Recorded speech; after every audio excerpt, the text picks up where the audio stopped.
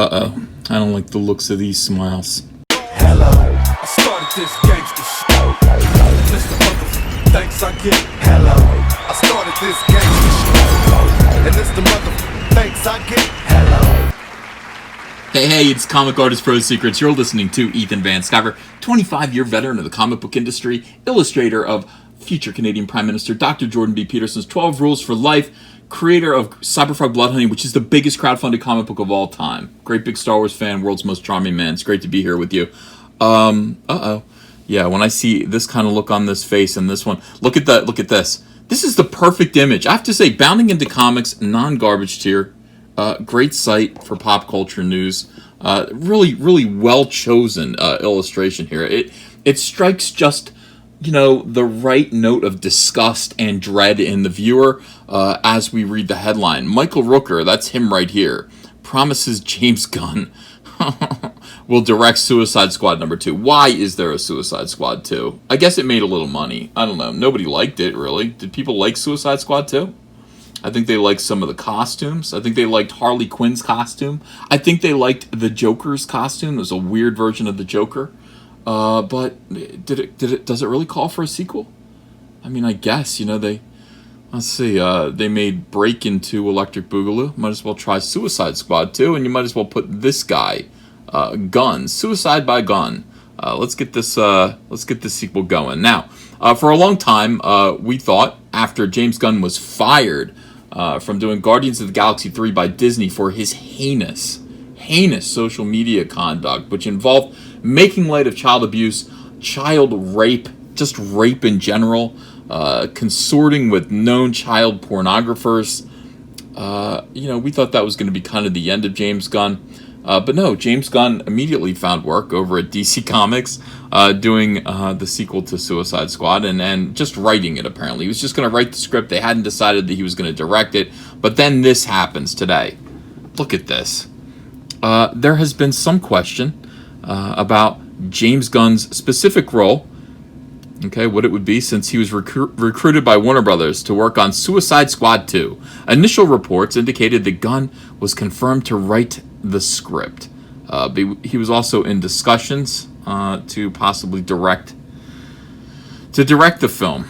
All right, so, however, Michael Rooker recently announced Gunn would direct the next installment of the Suicide Squad franchise. Now, Michael Rooker, here's the thing. Either he doesn't know what he's talking about, or he shot his mouth off with information that he wasn't supposed to share. This is the kind of thing that generally Warner Brothers would like to roll out. This kind of information is something that Warner Brothers would like to roll out in good time. But alas and alack, Michael Rooker is at Atlanta's Walker Stalker convention, signing autographs because he was in The Walking Dead the first 2 or 3 seasons. I don't recall. I think it was the first 2 seasons. And there he is. He spoke about both Gunn's firing by Marvel and his new job with Warner Brothers and DC Films. He called the firing terrible. It's just terrible. It's absolutely terrible when these far left wingers, for their weirdo, crazy, depraved behavior, get fired from their jobs. It's perfectly okay, though, when Republicans try to go out to eat at restaurants and end up getting screamed at and harassed and abused. That's perfectly fine. But when you make a lot of jokes about pedophilia and actually publicly befriend and make jokes with and exchange links with people who are exchanging child pornography, and then you lose your job at Disney, the happiest place on earth, that's terrible. It's absolutely terrible. What a strange world these people live in. I don't know. I can't think of better reasons aside from violence to lose your job at Disney of all places. All right, so he went on to state that Gunn is not only writing the Suicide Squad script, but he's directing it as well. How many more kids need to get shot? All right, that's irrelevant. That has nothing to do with this. He says it's terrible, isn't it? But oh well, guess what? He's on a gig already. Suicide Squad. That's right. He's writing it and directing it as well. He is going to, if this is true, if he is actually directing Suicide Squad 2, Michael Rooker shouldn't have said that.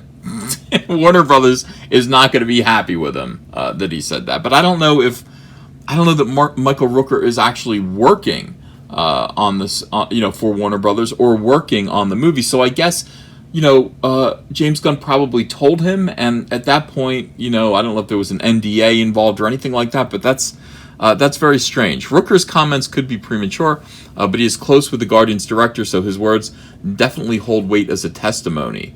The actor worked with Gunn since Slither in 2006. That was a sicko movie. That was pretty good. And was a shoo-in when ultimately cast as Yondu in Guardians of the Galaxy. It's unknown at this point if Rooker will join the cast of Suicide Squad 2, but surely he has a job waiting for one if he wants, or waiting for him if he wants one. Yeah, I mean, put Michael Rooker in Suicide Squad 2.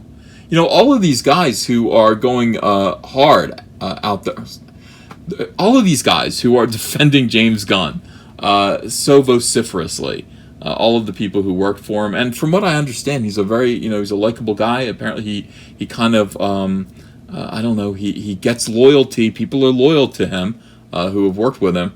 All of these people should probably just come over and work on Suicide Squad 2. You're going to have to wipe out everything pretty much that came before and start over with a new slate, maybe a new group of characters, and find one for Michael Rooker. Make sure it is some kind of slimy, obsequious character. I'm sure you can find one. All right, so this is the question: Did he do it? By the way, his co-star Dave Bautista has also outspoken in the defense of Gunn after the dismissal, expressed his interest in working on the film via Twitter. Where do I sign up? James Gunn boards Suicide Squad 2 to write and possibly direct deadline. Dave Bautista desperately wants this job. He's like, if you are going to put a chunk, just a big, thick chunk head in the movie, I would like that role. And sure, I don't see why not. James Gunn takes over for Gavin O'Connor on Suicide Squad 2. Certain roles may get recast or new characters will be used. Early rumors indicate Gunn is reworking the entire story. That makes sense to me. I think that most of Suicide Squad 2 could just kind of be thrown out at this point. You're going to want to bring back the Joker, but maybe use the new Joker. I don't know if you can do that. Definitely bring back Harley Quinn. She's going to need to be in it. As for the rest of the cast, I mean, I would go ahead and just find new creepy villains. Captain Cold. Get some Flash villains in there. Yeah, I would definitely want Captain Cold. Who else? You've already got Captain Boomerang in there from The Flash. It'd be cool to have Gorilla Grodd as a big, thick chunk. You have to have a couple of big, thick chunks in there in your villain team. I mean, they're talking about Bane for Dave Bautista. A bunch of people did kind of mock-up designs of what Dave Bautista would look like as Bane. None of them were particularly impressive. We've already seen two Banes. We saw one in the original Batman series, I think Batman Forever, and that was weird. And then we saw, was it Batman Forever with Bane, or was that Batman and Robin? I think it might have been Batman and Robin. It was creepy. It was awful. It was weird. Fluorescent colors everywhere. And then we saw a really pretty decent Bane in the Batman Dark Knight trilogy, which was I think that was Tom Hardy's breakout role. We don't really need anyone else. I think if you're going to bring back Bane, go ahead and bring back Tom Hardy as Bane. For goodness sakes, he owned that role. I don't know. All right, so bring new characters in. And if you guys have any ideas of who you would like to see in Suicide Squad 2, write it in the comments. I'm kind of curious and interested to hear some ideas about that. I think it would be great. It's not great that James Gunn is doing this, but it's another shot at getting this right.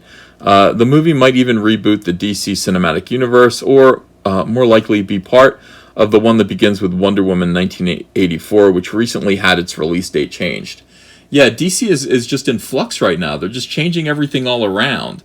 They're hoping Aquaman... I think it's kind of a wait and see with Aquaman. Is Aquaman going to be good, or is it going to be a piece of garbage? If Aquaman is good, then we're going to kind of attach it to Wonder Woman 1984, and boom, we've got a decent Wonder Woman, we've got a decent Aquaman. We can start to kind of rebuild with those two characters. Unfortunately, they're not going to get rid of Ezra Miller as Barry Allen, the Flash. God, why not? I'm not going to go see Flashpoint just because of Ezra Miller.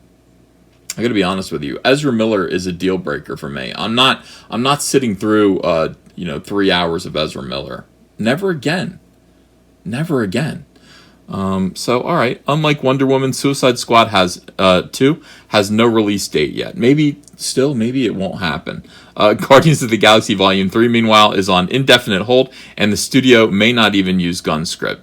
All right. So let's keep an eye on this closely. It is a very interesting bit of conflict. People were really shocked and horrified about James Gunn, and James Gunn getting fired. They really, they had a hashtag rehire James Gunn. The same initial outpouring of grief over Chuck Wendig's firing from Marvel Comics and Star Wars, and yet there is no hashtag rehire Chuck Wendig. There was a hashtag rehire James Gunn that persisted and would not go away. Again, I guess DC Comics, a slightly more mature movie, more mature audience, more mature brand than Disney is, might be the best home for this very conflicted and strange creative person. All right, we'll keep our eyes on it. Hey, want to follow me on Twitter? Okay, cool. I'm at Ethan Van Sciver. Talk to you there. Show your friends you support independent comics while showing the world who you back in the fight against the swarm with the brand new Cyberfrog t-shirt from Crypto Fashion and Comic Artist Pro Secret. Sizes come in small to 5XL, and take your choice of colors between navy blue, white, and black. And if you haven't yet, go ahead and order the Fandom Menace, Go Get Daddy's Belt, Tico, and Soilo t-shirts as well. Link is below in the description. You're going to look great. People love these shirts. They fit wonderfully. Thank you very much. Aren't you tired of this soy-based entertainment?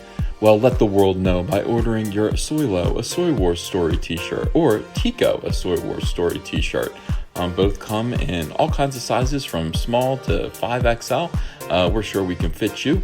And thank you very much for your support of the channel. The link is below in the description. Man, it's exciting. Suddenly I'm a t-shirt merchant as well. Humble Frog Ink and t-shirt merchant. Thanks, guys. If you enjoyed this video and want to become part of this community, subscribe to this channel by clicking the Laughing Man face logo right on your screen. Ring the bell for notifications as well. You'll never miss a live chat. And stay tuned, another video by Comic Artist Pro Secrets is coming right up.